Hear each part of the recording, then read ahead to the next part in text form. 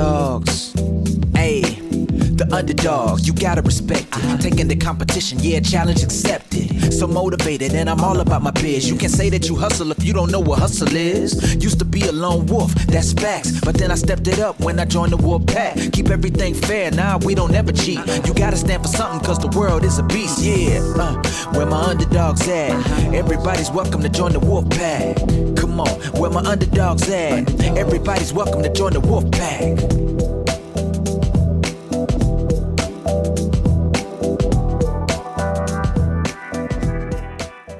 When this video was taken, I even had no idea will I be having my own company and what I'm going to do. And it was more out of necessity because I could not simply find a job. I had a rough idea what the name of the company will be and what I'll be doing. So in 2016 I went to 4 different countries, and you already can find the video where I shared my experience of going to Norway. That was the first place. The second place I went to, again thanks to O'Leary with cheap tickets, was Manchester. It was a very quick flight from Shannon. In the video you'll see my experience in Manchester, and also few of the things which work out or didn't work out for me. Believe it or not, I lost my card in the airport when going to Manchester. Okay, so what happened? When I was buying coffee in the airport, the guy gave me receipts folded, and I was expecting the card to be in there. And when I took the card, when I took the receipts out, I realized that the cash card was being left. Oh, this is crazy. I think I'll be able to recover it, but still.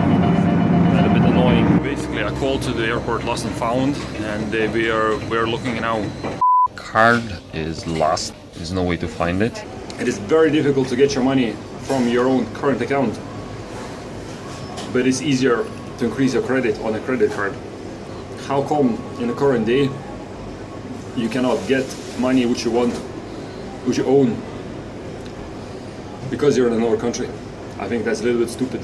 So when I was going to Manchester, I already pre-booked hostel in the center, and I think that's probably the best way to stay in Manchester, because you'll be staying in the city center somewhere. And also a quick Google search allowed me to find a co-working space and absolutely awesome people there. Where in other places, for my other travels, I have to pay for my even short stay, and there we're just like, sure, just stay around here for a day, like. And guys are absolutely awesome. They let me to do some work in there. So for last 7 hours. Tonight there is a meetup. It's like something similar to Friday, Founders Friday we have in Limerick. And I just got a Twitter message giving me an address. So. What happened? I found the location and I found the bar. Not that it was easy, by the way. I don't know, for some reason Google Maps is not friendly with Manchester, but once I found the place I couldn't actually find the group because there's loads of different groups, and I kind of felt like too weird asking everybody as it's the same group, and I was kind of messaging people on Twitter, but nobody came back throughout the same day, so I only was able to actually get a reply message the day after when everything was too late. So that's kind of a bit strange because, you know, back in Ireland here, if there is an event, there's always going to be somebody, doesn't matter how small or big, by the way, there's always going to be somebody live on Twitter answering, helping people to find a place, or any other information. So that I found I think we're doing it a bit more to its full potential, because Twitter again is not something just to be shouting from your tower, but also to communicate through events and then kind of like pass on information for other people to find. So after unsuccessfully trying to find that event, I was kind of strolling around and going from place to place. So I met people who were waiting to buy sneakers for the entire night, or maybe it would total even more than 24 hours.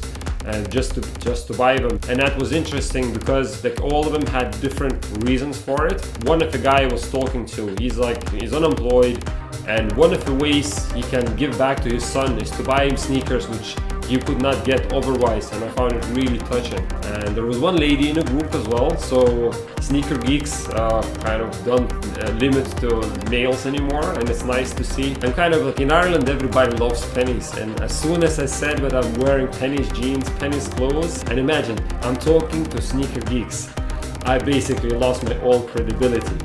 Now, when I couldn't find the event on the night and I was walking around the city, I was kind of trying to find a place there, and then I didn't really want to venture too far away because some parts of the city seemed dodgy. And what I was speaking to people, what they told me that actually it used to be much worse before, so it's already kind of regenerating, etc.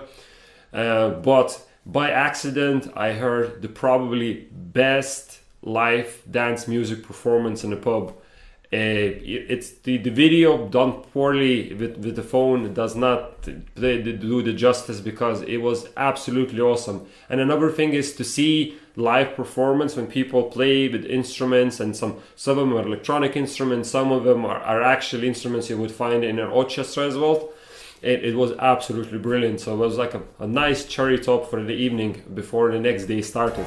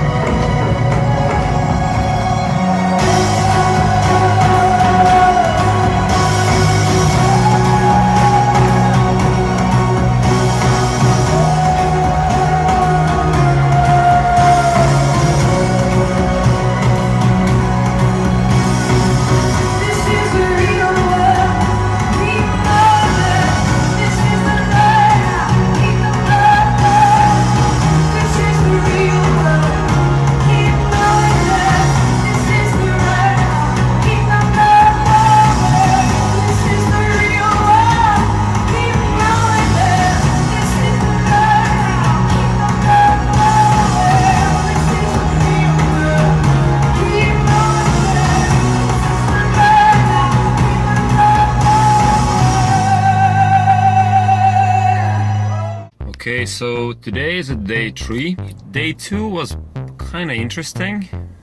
Okay, so I did not stay in a hostel. I stayed at the first place because I finally got a car. As you can see, it's the Fiat 500. Don't judge me, but I actually wanted to test drive it because I'm thinking about getting one. So the thing is, I booked one hotel, and through bookings.com it stated that it has parking, which it didn't. And it was in a city center, so I have to cancel that one and go to another one without having too much time to actually find the place. I jumped in the first thing possible. I think that was in north of the Manchester, and as I was going, it went crazy. I'm telling you, like boarded up houses, I think people outside on the street standing doing stuff, which I'm not gonna say, but you kind of can guess what it was. I was so paranoid parking the car outside that place, but you know, it's not that easy to scare me off, so I stayed there. It wasn't very calm sleep. I was pretty paranoid, but you know, experience. I went to Manchester, and first of all, for experiences.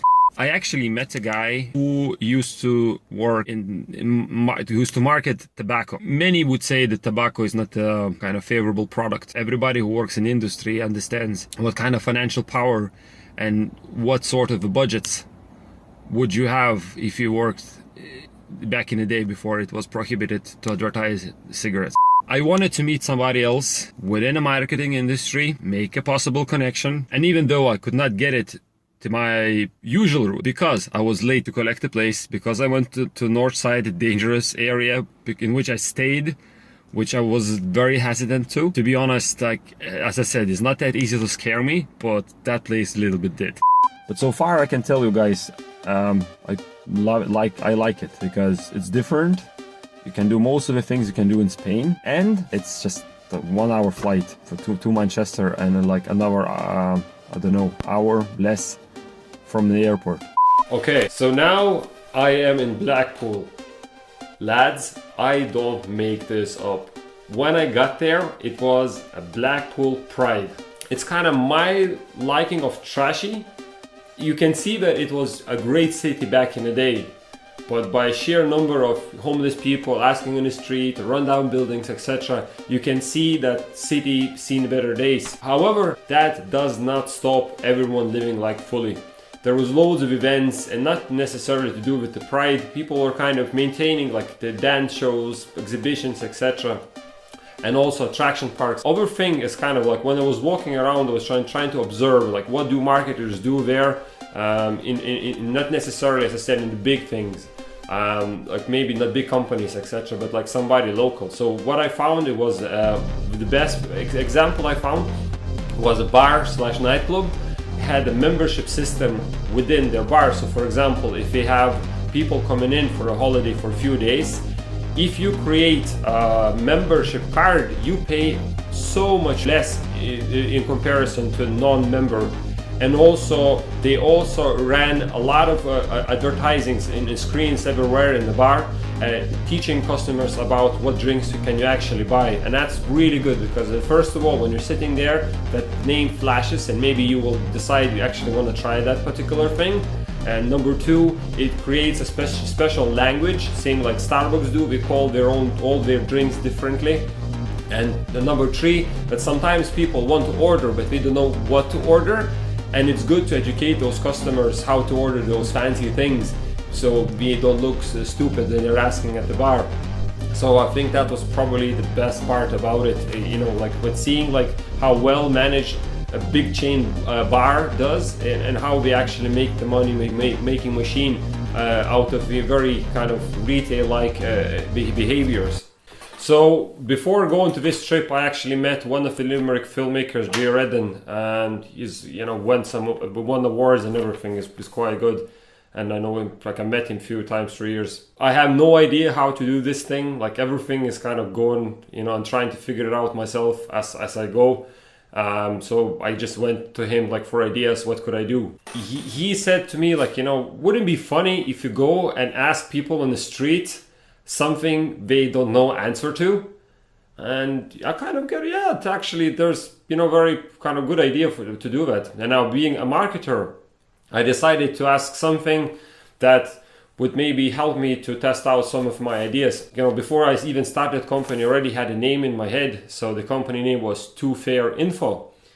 And being marketer, I decided, let's find out, does it actually first, people, you know, would recognize what the name means and what company it represents, and also do they actually like it, and also maybe to have a bit you know, fun doing it and trying to ask people questions which we 100% don't know the answer to. It was, you know, it was quite a bit like I was pretending to be a marketing agency intern, and that's what I have to do, and it's kind of playing on the soft side of people.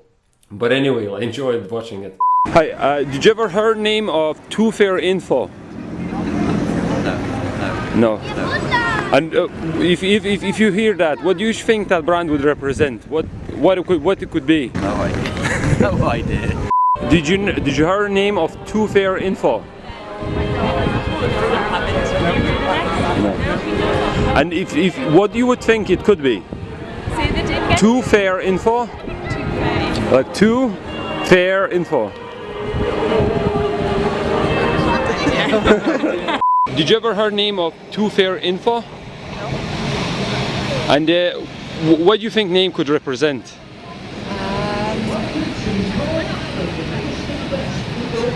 I'm not sure. Not sure. I'm not sure. But do you like this? Name, sorry. Too Fair Info. Like Too Fair Info. Is it publishing? Yes. Like TV from other dimensions has a somewhat looser feel to it. Yeah, it's got an almost improvisational tone. If you were one of the few people who actually finished watching the entire video, please share, comment, subscribe. I know that the quality is still not there, but like right now there's Alexis in the background, so there's gonna be two people attempting to do the same thing, this time trying to bring the value back up again.